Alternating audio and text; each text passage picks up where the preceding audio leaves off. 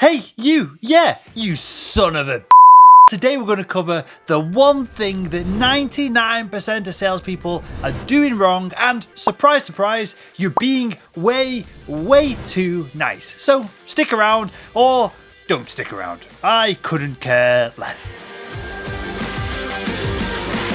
Hi, my name is Will and I make selling simple. Now, nobody wants to buy from a people pleaser.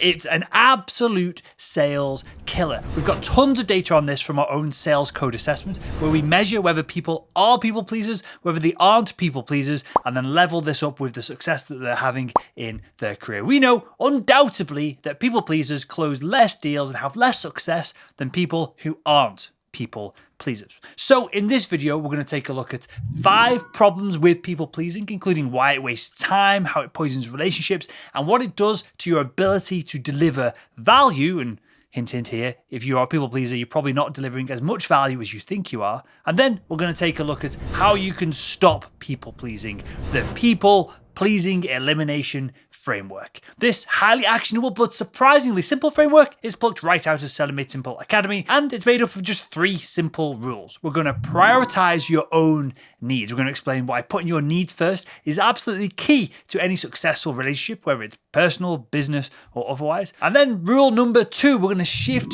your validation, because selfishness, at least on some level, is an absolute virtue. And when you can shift your selfishness spectrum, you're going to drive way more value in your relationships and you're going to command way more respect at work. And then last but not least, number 3 is going to cover the 2 power words, the 2 most powerful words that you can use in sales and in life, because while people pleasing is the focus here, when you communicate these 2 words effectively, you're going to get 10 times more efficient, 10 times more successful, and you're going to become 10 times happier on your job, and I promise that. So let's get into it. Now, we all want to make other people happy. We're social animals, and caring about the opinion of others is hardwired in our brains. It's literally in our DNA.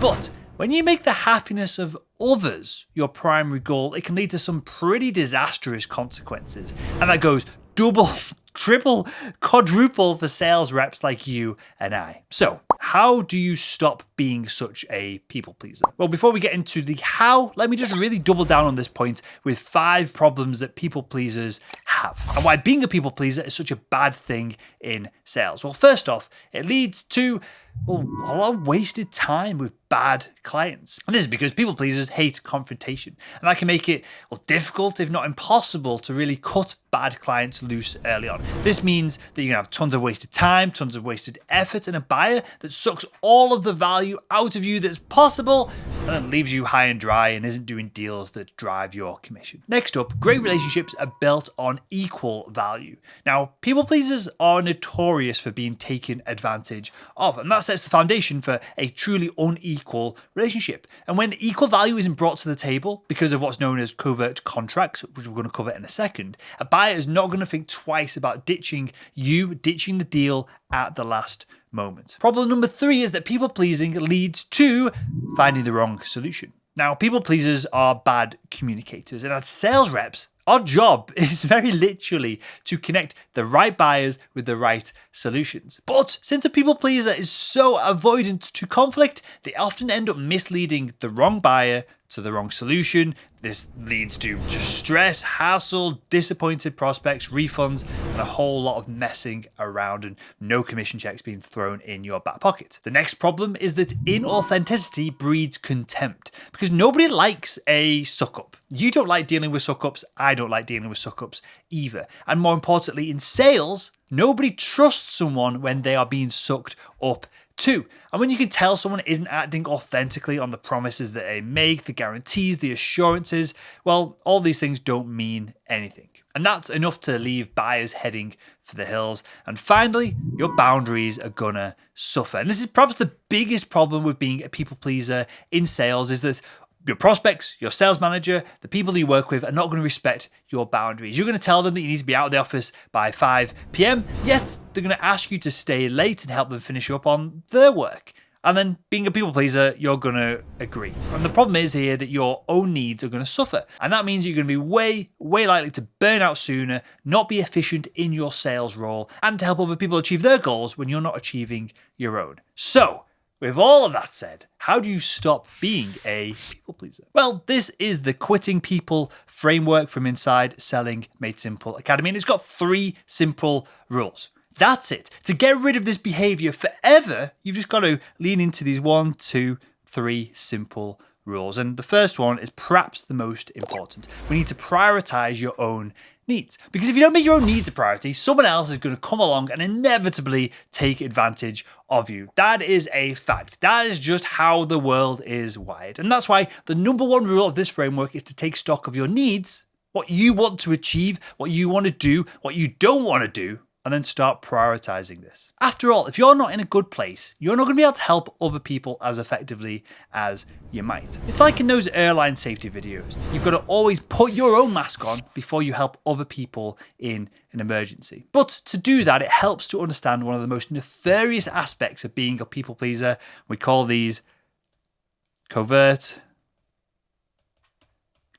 contracts. Now, covert contracts are unconscious, unspoken agreements that people pleasers use to interact with everyone around them. A people pleaser's covert contract might look something like this. They're going to say in their own brain, they're not going to communicate this with anyone else, but they're going to say, hey, I'm going to do X for you, but you're going to do then Y for me, but I'm not going to tell you what this covert contract consists of. Instead, I'm going to just hope that you understand what I want, and I'm going to get mad if you don't deliver on it. Now, obviously, the issue with this is that you as the covert contract holder know what you want and what you're giving, but the person that you're engaging with doesn't know what you want, what you're giving them. They haven't agreed to this contract at all. As a result of this, the people pleaser is going to put tons and tons of effort in, and they're not going to get anything back. This manifests itself in a bunch of ways that you're going to see in yourself or the people around you. The most obvious one in sales is you do tons of work for the prospect and you expect something back from them, a deal, at least a reply to your email, and you get nothing.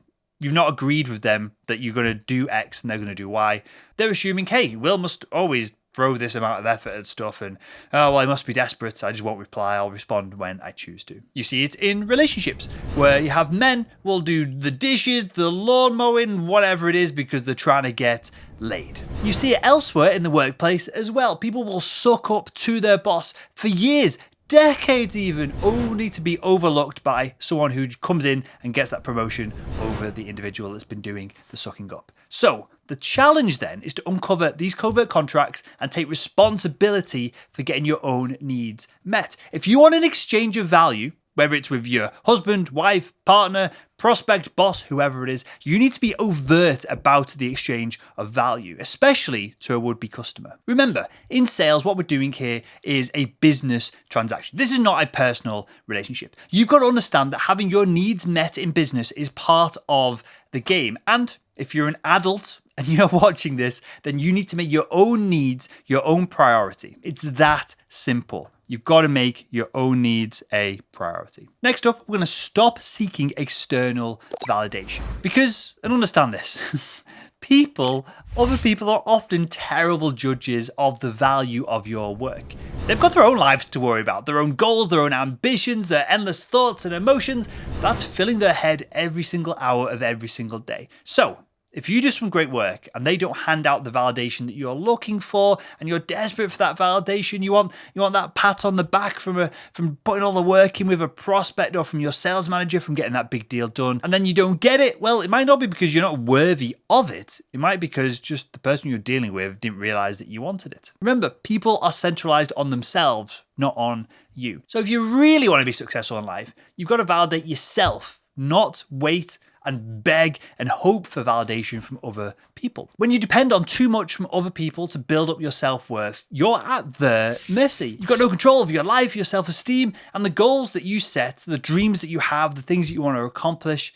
These are all going to be under the power of someone else. And when you're a people pleaser, when you seek external validation from other people, your customers, your husband, your wife, the people around you, your boss, you're going to feel exhausted. You're going to feel anxious, completely on edge, and you're going to feel unfulfilled. And worst of all, you're just going to have this inept, deep feeling of zero self-control on your life and where you're going to take it. But when you shift your validation standards away from others and towards yourself, you'll have the freedom to make decisions for yourself at that point. And there's nothing more empowering than that. Now, the last step of the framework is to communicate yes and no clearly. These are your two power words. These are the most powerful words that you can say in sales. Yes and no. Two of the simplest, but most powerful. And this is because unclear instructions lead to uncertain results. And if you're not clear when you say yes or no to people, then it's your fault when they pester you to do something that you don't want to do. When your sales manager asks you to stay late to help them with their work and you don't really want to do it and you go, well, I could help, but I've got this on and this, and then they bully you into staying, it's your fault. You need to say yes or no and be clear and concise with people. And when you learn to wield these two power words effectively, they're going to help you set up clear boundaries. Boundaries that should never, ever be broken. And once those boundaries are set, you're going to find yourself with more time and way more energy on your hands. People are not going to expect things from you anymore because you've set a clear boundary, one side of you or the other, that this is what you're here for and this is what you're going to do. And on top of this, I really want you to eliminate the word maybe from your vocabulary. Get rid of it altogether. Outside of job commitments, if something isn't a real hell yeah, then it should probably be a no.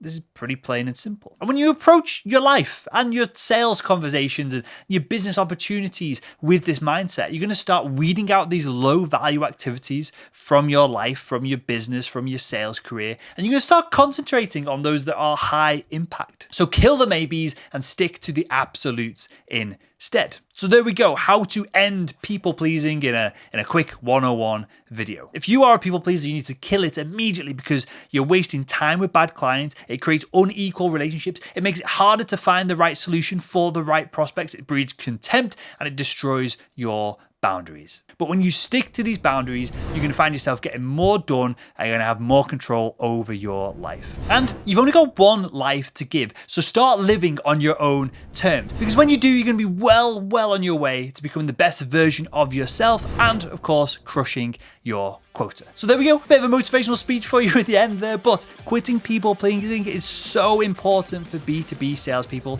And if you want to continue improving your B2B sales skills, why not click the video that's on the screen right now?